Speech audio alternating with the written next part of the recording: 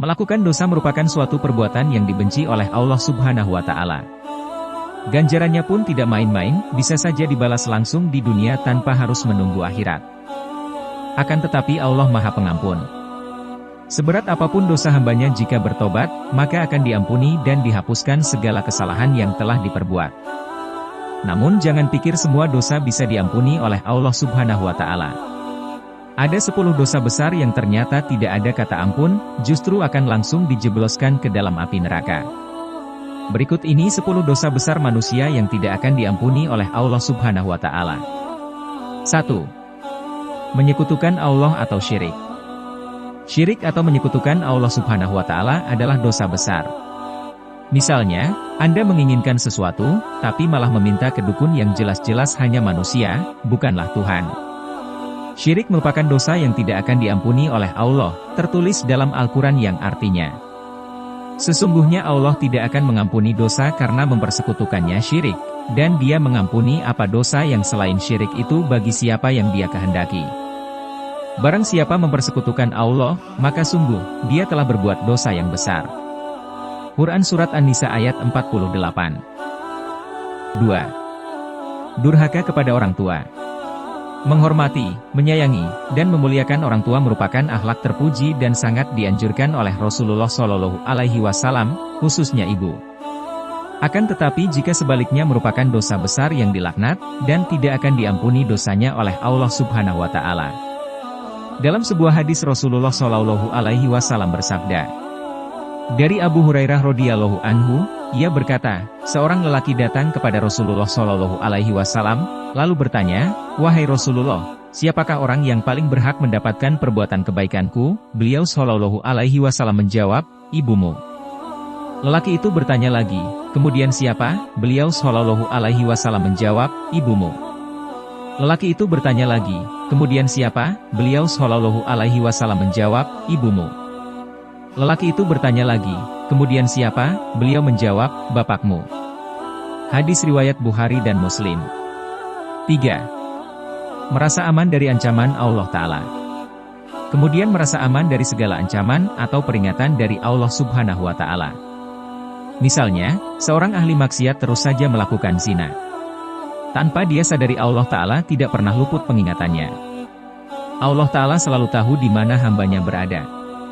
Allah Subhanahu wa Ta'ala berfirman, maka apakah mereka merasa aman dari azab Allah yang tidak terduga-duga? Tiada yang merasa aman dan azab Allah kecuali orang-orang yang merugi.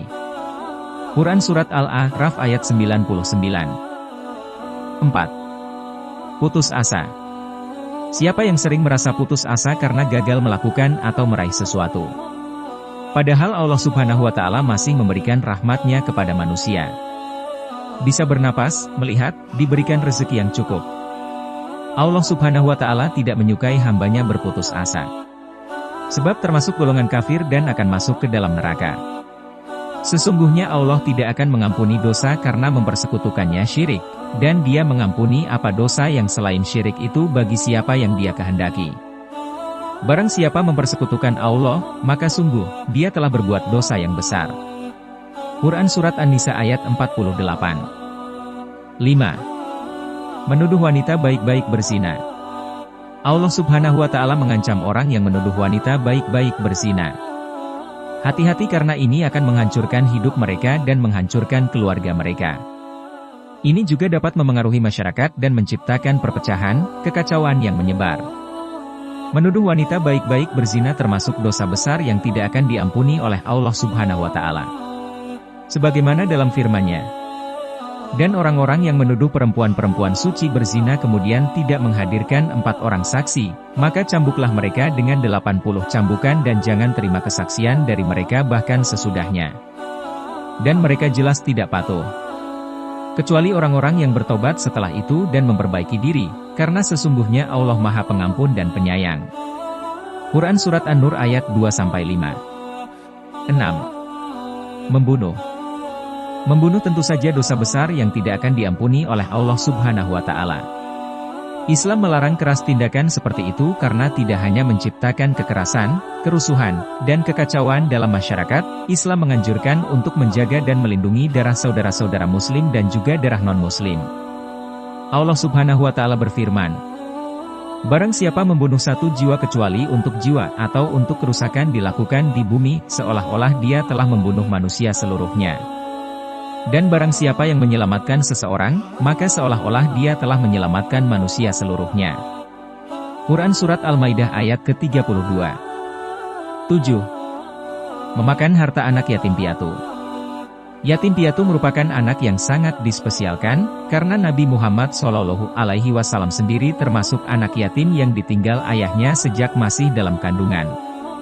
Namun sayangnya, sebagian orang masih memperlakukan anak yatim piatu secara tidak adil, bahkan memakan harta yang sudah jadi haknya. Ini merupakan dosa besar yang tidak akan diampuni oleh Allah Subhanahu wa Ta'ala. Sesungguhnya orang-orang yang memakan harta anak yatim secara zalim, mereka hanya memakan api di perutnya, dan mereka akan dibakar dalam api yang menyala-nyala. Quran Surat An-Nisa ayat 10. 8. Memakan riba. Hai orang-orang yang beriman, bertakwalah kepada Allah dan tinggalkan sisa kewajibanmu dari riba, mulai sekarang, jika kamu benar-benar beriman.